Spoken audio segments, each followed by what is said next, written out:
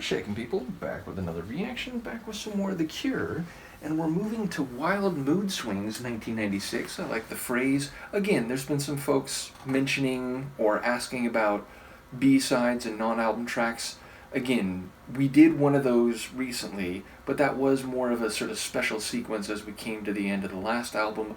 But once we go through the studio albums, I assure you, I promise you, we will go back and go through B-sides and maybe more demos, certainly some live material, so all that will come in good time. Please bear with me and let's enjoy the album journey for now. And yes, the first track on Wild Mood Swings 1996 is Want, as in desire, as in seeking something for a purpose that is seen as positive or, again, desirable.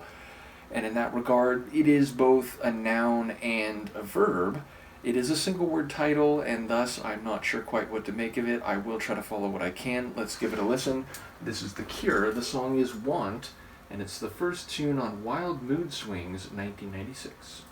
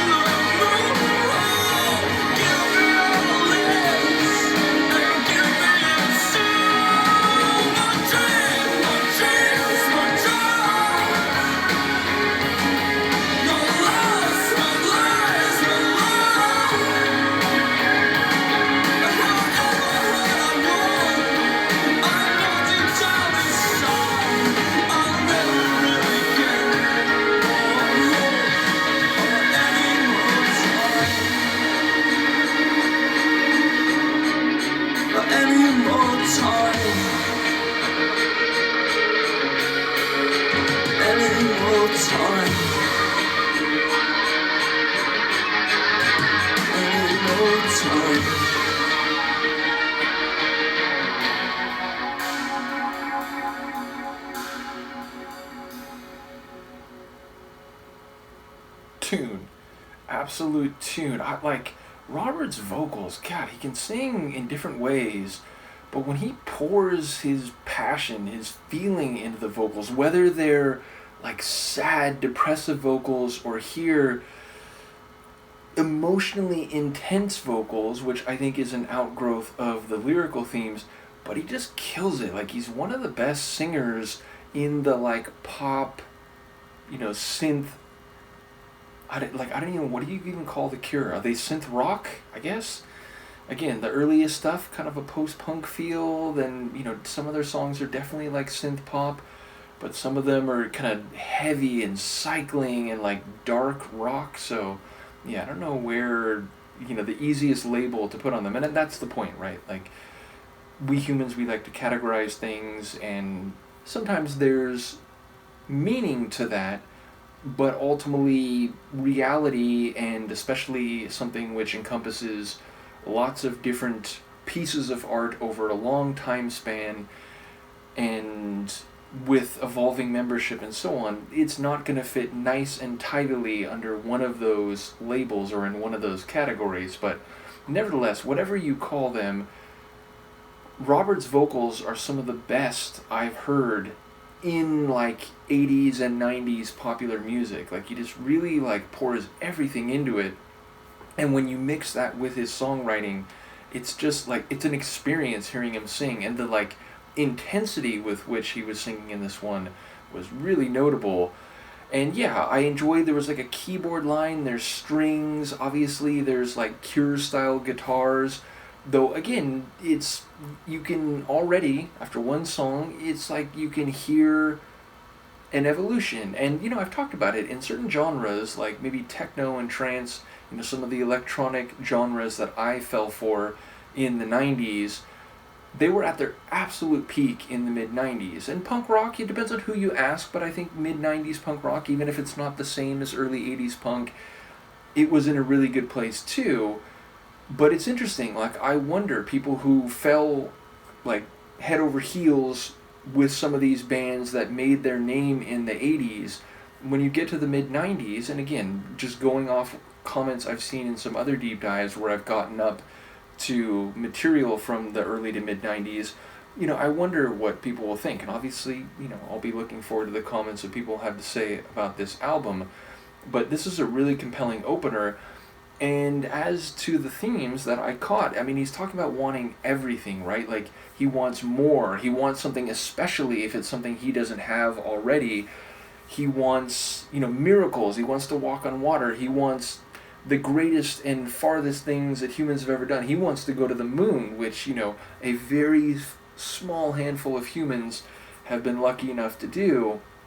And it sounds like he wants everything, like more lives, more experience, more indulgence, more, pleasure, more pain, more sex, more all of that. But deep down inside, he knows more hope, probably not forthcoming, and more time, definitely not forthcoming. So, like, despite all of the want that he has, the things which might actually make him feel better and give him a sense that, he doesn't need to rush or try to, indulge or, like, become a glutton for things, and indeed, like, long for things that, specifically he doesn't have. The grass is always greener concept. He's not going to get, because we humans are mortal, and it's not easy to maintain hope and to have optimism and so on. So in the end, the two things that maybe he would want the most are like just out of his reach and will forever be so, is what seems to be the case here. And again, if I'm heading in the right direction with that, the intensity of his vocal delivery, especially in the chorus, I think fits really, really well. So a compelling album opener, absolutely loved it. Let me know what you think, and I will see you next time. Peace.